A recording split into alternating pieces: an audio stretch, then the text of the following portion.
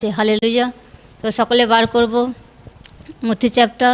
এখানে ঈশ্বরের বাক্য বলছে 12 অধ্যায়, এখানে ঈশ্বরের বাক্য বলছে 33 পদ, হয় গাছকে ভালো বলো এবং তাহার ফলকেও ভালো বলো, নয় গাছকে মন্দ বলো এবং তাহার ফলকে মন্দ বলো, কেননা ফল দ্বারাই গাছ চেনা যায়। সকলে বলুক আমেন। এখানে ঈশ্বরের বাক্য বলছে যে কেননা ফল দ্বারা গাছ চেনা যায়। ফল দ্বারা কি হয়? গাছ আমরা চিনতে পারি যে কোন গাছ ভালো ফল দিচ্ছে, কোন গাছ ফল দিচ্ছে না। সেই গাছকে যখন সেই গাছে ফল আসে প্রচুর পরিমাণে, তো বোঝা যায় যে এই গাছে ফল দ্বারা চেনা যায় যে এই গাছ প্রচণ্ড পরিমাণে ফল দেয়। তো যদি বাইবেল যদি পড়ি, যদি কোনো ব্যক্তি জীবনে ফল না থাকে, কোনো ব্যক্তির জীবনে রেজাল্ট, কোনো টেস্টিমনি আশীর্বাদ যদি না থাকে, বাইবেল বলছে সে ব্যক্তি তার ভুলের কারণে, তার পাপের কারণে সে ব্যক্তি ঈশ্বরের কাছে ব্লেসিংকে নিতে পারেনি। বাইবেল বলছে যে, এখানে ঈশ্বরের বাক্য বলছে যে ফল দ্বারা কি হয়? গাছ চেনা যায়। সেই কোনো গাছে যদি কোনো ব্যক্তি লাগায়, তো সেই গাছে যখন ফল হয় না, তো সেই গাছ আর কোনো কাজে লাগে না। সেই গাছের ফল না তো লোকরা খায়, না তো সেই গাছ কিছু করা যায়, কিছু কাজে লাগে না। বাইবেল বলছে সেই গাছ যখন ফল না থাকে, তো সেই গাছকে কেটে কী করে আগুনে দিয়ে দেওয়া হয়। হালেলুয়া। জ্বালানি হিসেবে ব্যবহার করা হয়, সে কাঠ হিসেবে।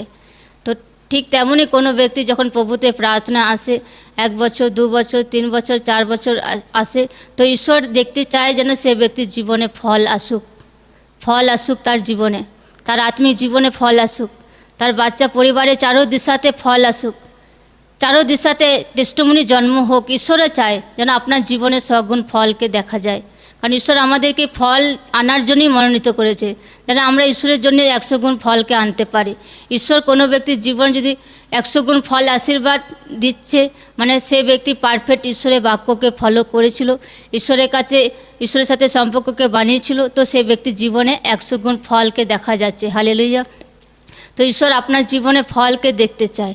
আপনি যে প্রভুতে 1-2 বছর হয়ে গেছেন, আপনার জীবন সে আগে যেমন ছিল ঠিক তেমনই আছে, না তো আপনার বলাতে চেঞ্জ, না তো আপনার জীবন চেঞ্জ, না তো আপনি যেখানে কাজ করেন সেটাতে আপনার জীবনে কোনো বদল এসেছে, কিচ্ছু আসেনি।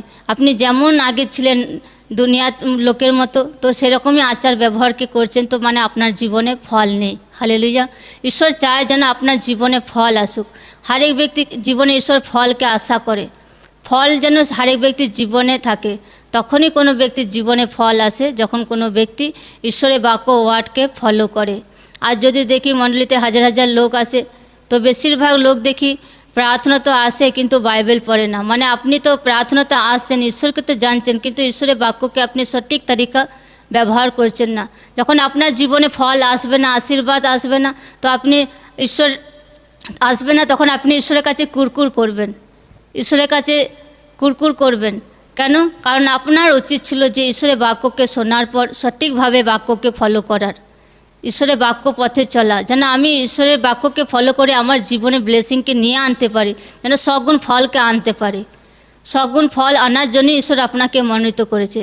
কোনো ব্যক্তির জীবনে সগুণ ফল আসছে না, মানে সে ব্যক্তির জীবনে অনেক কমজোরিতা আছে। হতে পারে সে ব্যক্তি নেশা করতো, নেশা থেকে ফ্রি হওয়ার জন্য সে প্রচেষ্টা করেনি, সেই নেশাতেই পড়ে আছে। সে ব্যক্তি ব্যভিচার করতো, সে ব্যভিচারই পড়ে আছে। প্রভুকে জানার পরও তার জীবনকে চেঞ্জ করার কোনো পিপাসা নেই, কোনো ভোগ নেই, কোনো দোহাই নেই ঈশ্বরের প্রতি। তো ঈশ্বর আপনাকে ছুটকারা দেবে কিভাবে? কারণ ঈশ্বর হরেক ব্যক্তিকে চায় যেন সে ব্যক্তি সাফ হোক, ক্লিয়ার হোক, পবিত্র জীবন কাটায়। ঈশ্বর আমাদেরকে নিষ্কলঙ্ক পবিত্র দেখতে চায়, যেন ঈশ্বরের যোগ্য সমরূপ আমরা যেন হতে পারি। কারণ বাইবেল যে আছে, লেখা বাক্য আছে, যে লিখিত বাক্য আছে, বাক্যকে পড়ে সেটা থেকে কিছু রিসিভ করে লোকরা ঈশ্বরের মতো জীবনকে কাটাতে পারে পবিত্র। ঈশ্বরের বাক্যতে লেখা আছে যে একের অপরকে প্রেম করো, কারো বিরুদ্ধে মিথ্যা অভিযোগ করো না, কারো বিরুদ্ধে কথা বলো না, চুরি করো না, ব্যভিচার করো না, নেশা করো না, নোংরামো করো না, এগুলো ঈশ্বরের বাক্যতে লেখা আছে। তো লোকরা যখন বাক্যকে পড়ে, সেই বাক্য ওয়ার্ডকে সে ব্যক্তিকে ফলো করার আছে।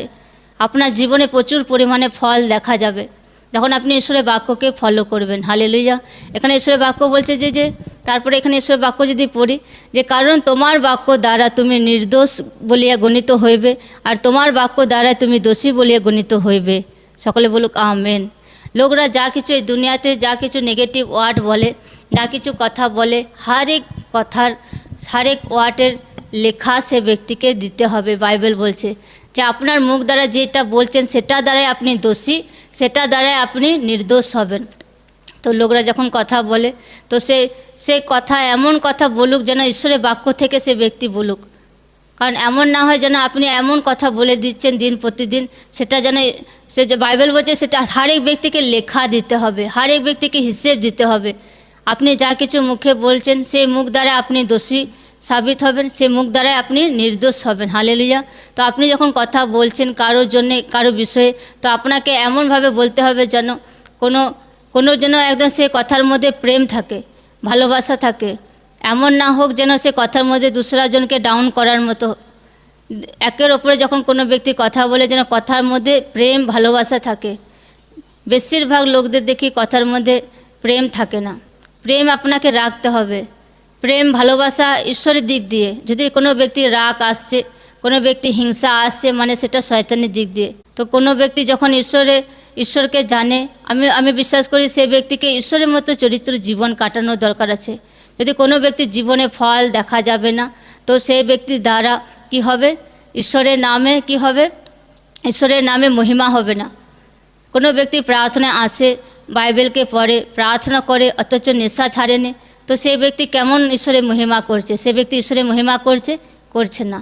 তো আপনাকে ধ্যান রাখতে হবে যে ঈশ্বর যে আমাকে মনোনীত করেছে, ঈশ্বর যে আমাকে মনোনীত করেছে, তো ঈশ্বরের বাক্যকে আমি শুনি, সে বাক্যকে আমি শুনছি, সে বাক্যকে শোনার পর কি আমি ফলো করছি, সে বাক্য অনুসারে কি আমার জীবনে ফল আসছে? তো আপনাকে এটা ধ্যান রাখতে হবে। যদি কোনো ব্যক্তির জীবনে ফল দেখা যাচ্ছে না, মানে সে ব্যক্তির জীবনকে শুধরানোর আছে, সে ব্যক্তির জীবন থেকে কমজোরি থেকে দূর করার আছে, সে ব্যক্তির জীবনকে ঈশ্বরের সামনে নম্র হওয়ার আছে, সে ব্যক্তি ঈশ্বরের সামনে দয়া অনুগ্রহকে চাওয়ার আছে, সে ব্যক্তি ঈশ্বরের সামনে দোহাইকে দেওয়ার আছে, তো ঈশ্বর আপনার জীবনে ফল আশীর্বাদকে দেবে প্রভু যীশু খ্রিস্টের নামে। তো এখানে ঈশ্বরের বাক্য বলছে যে, তারপরে আমরা যদি পড়ি, এখানে ঈশ্বরের বাক্য বলছে যে বেশিরভাগ লোক দেখি যখন মণ্ডলীতে প্রার্থনা আসে, নতুন নতুন যখন প্রার্থনা আসে, তো দেখি আত্মীয় স্বজন রিলেটিভরা কি করে, প্রভুর কারণে নিন্দা করে, প্রভুর কারণে বিরোধ করে। তো আপনাকে এগুলো আপনার জীবনে ঝড়ঝাপটা আসবে, কিন্তু সেটা থেকে আপনাকে থেমে থাকলে হবে না, আপনাকে আগে বাড়তে হবে। আপনি যখন রোগে পড়েছিলেন, আপনাকে বাঁচাতে কেউ আসেনি। আপনি জীবিত ঈশ্বরকে জেনেছিলেন, সুসমাচারকে পেয়েছিলেন, প্রার্থনা এসেছিলেন, ঈশ্বর আপনাকে সুস্থ করেছে। ব্যাস আপনাকে এটা বিলিভ রাখতে হবে, যদি ঈশ্বর আমাকে ক্যান্সার রোগ থেকে সুস্থ করতে পারছে, ঈশ্বর আমাকে টিবি রোগ থেকে সুস্থ করতে পারছে, তো ঈশ্বর আমাকে বিরোধীদের হাত থেকে রক্ষা করতে পারে।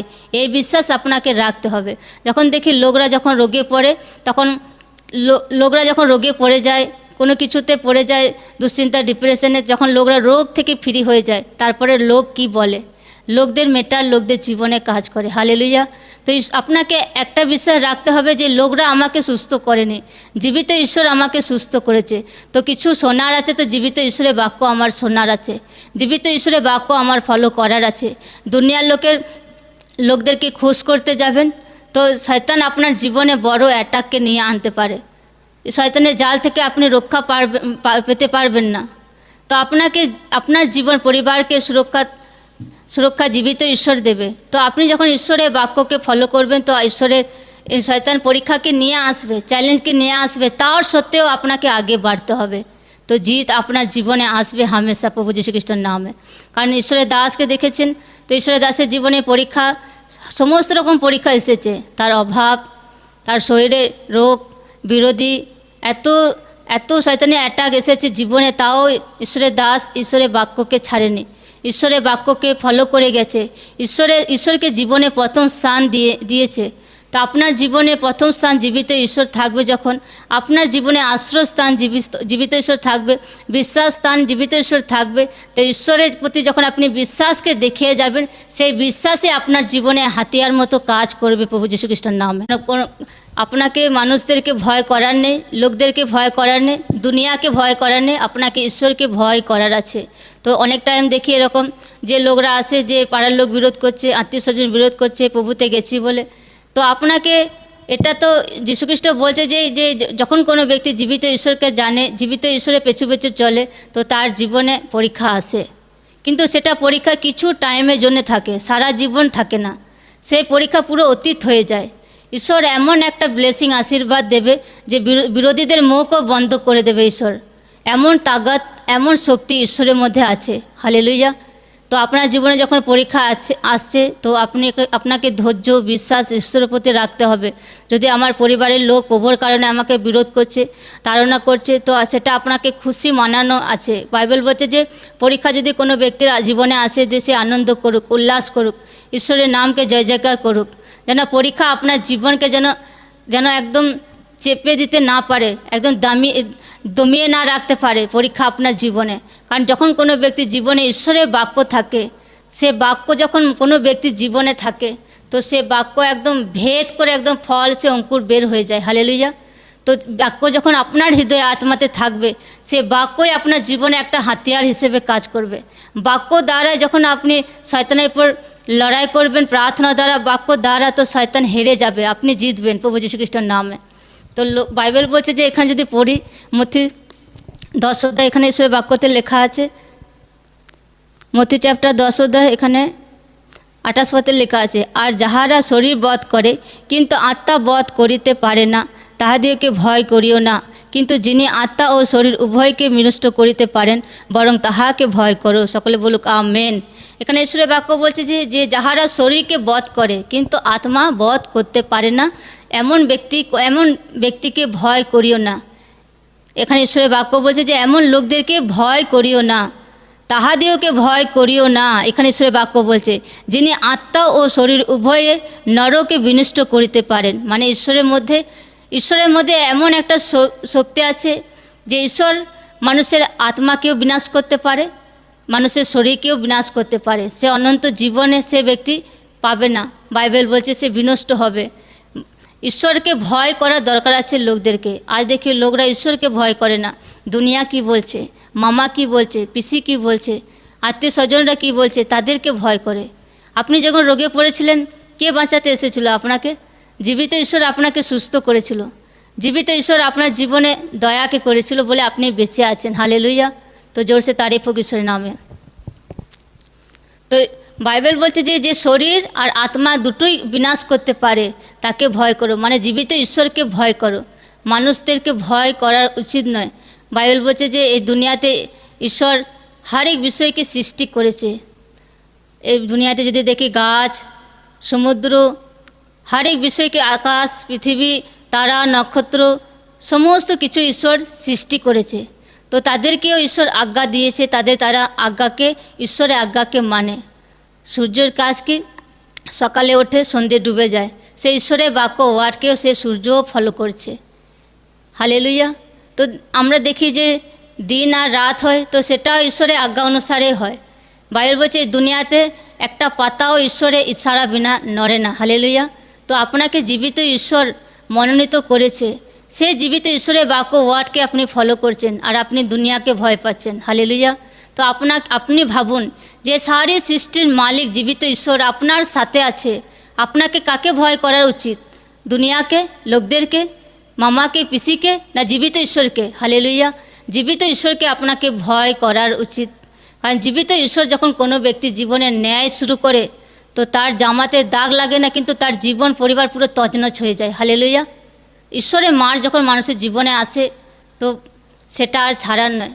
এই জন্য লোকদের ঈশ্বরকে ভয় করার দরকার। বাইবেল বলছে ঈশ্বর করে দে ধীর, দয়াতে মহান। ঈশ্বরের দয়া দ্বারা মানুষের জীবনে বড় বড় পাপ ক্ষমা হয়।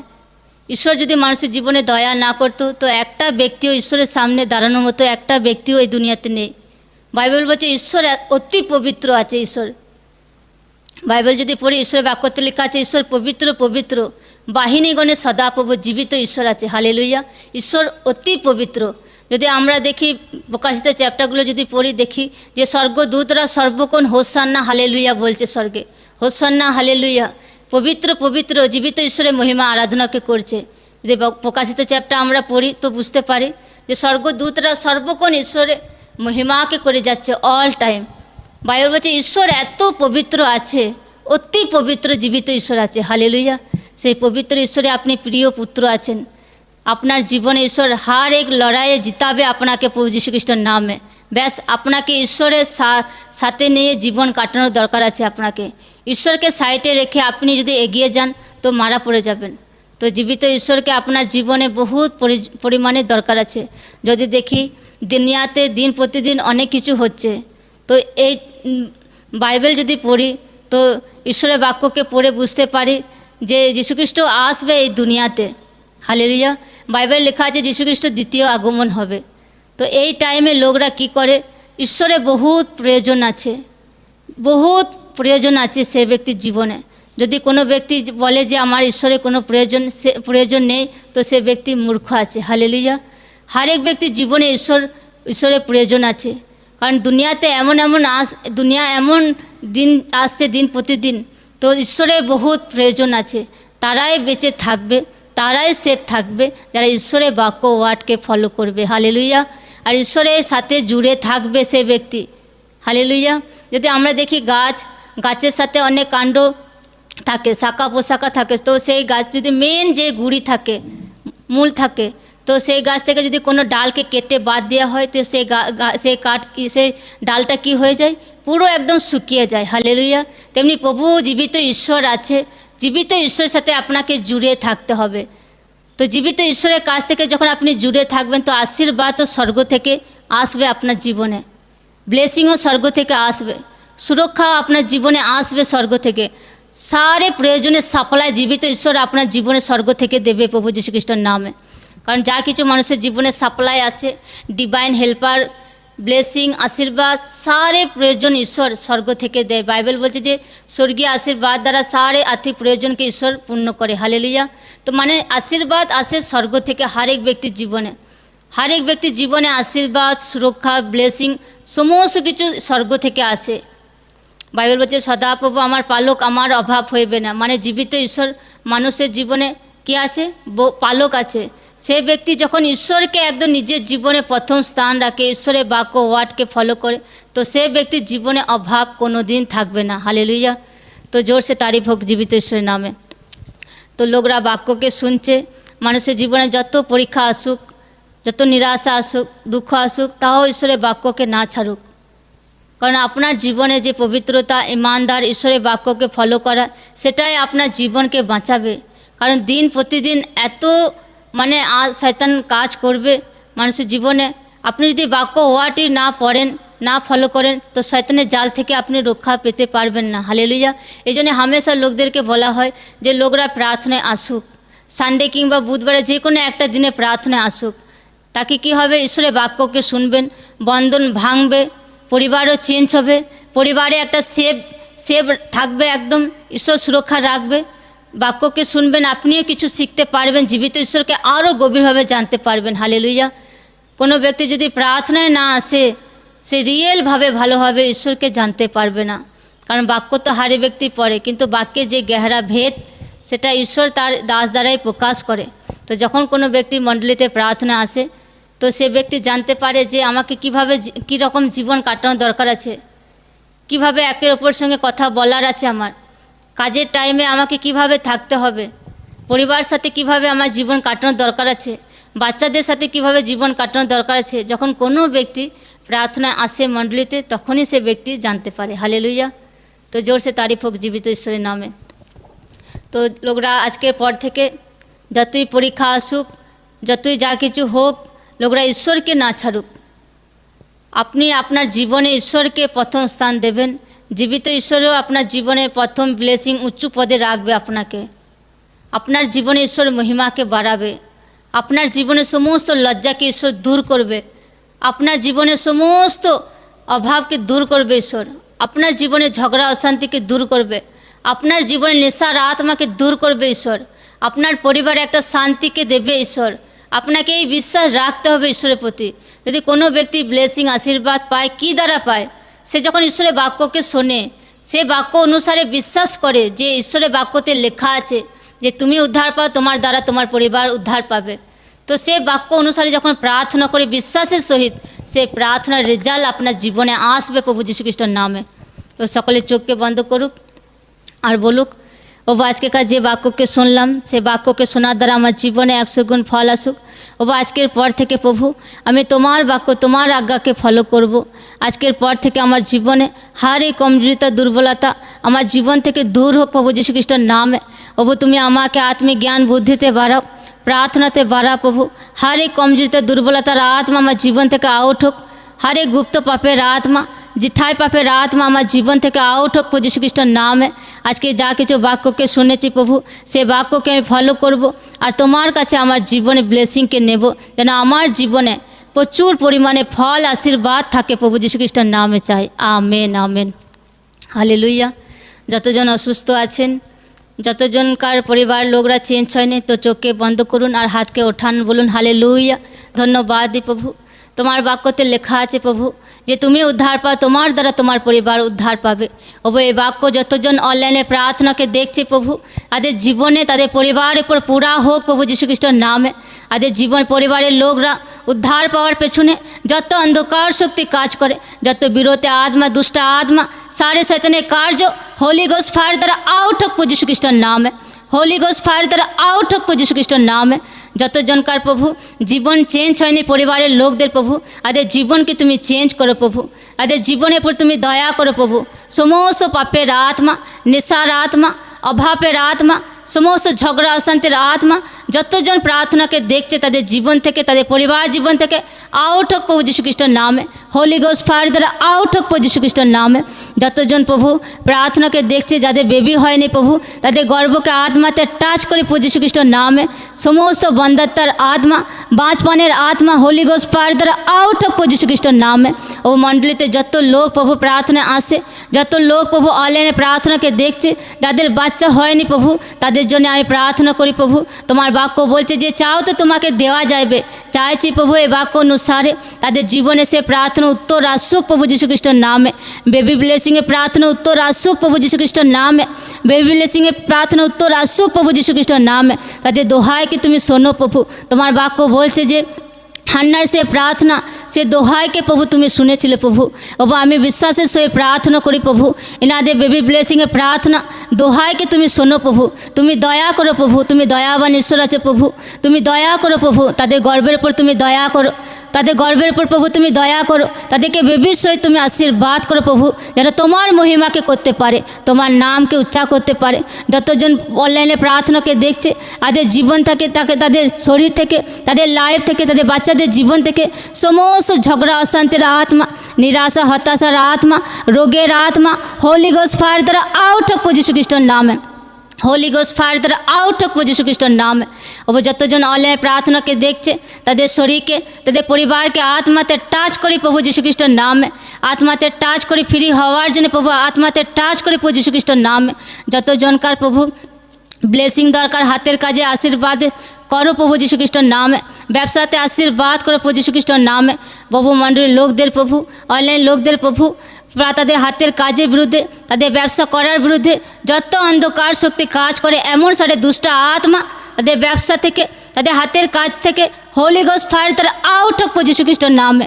Holi ghost fire, holy ghost fire দ্বারা আউট হোক প্রভু যীশু খ্রিস্টের নামে চাই। Amen hallelujah. সবাইকে জয় যিশু।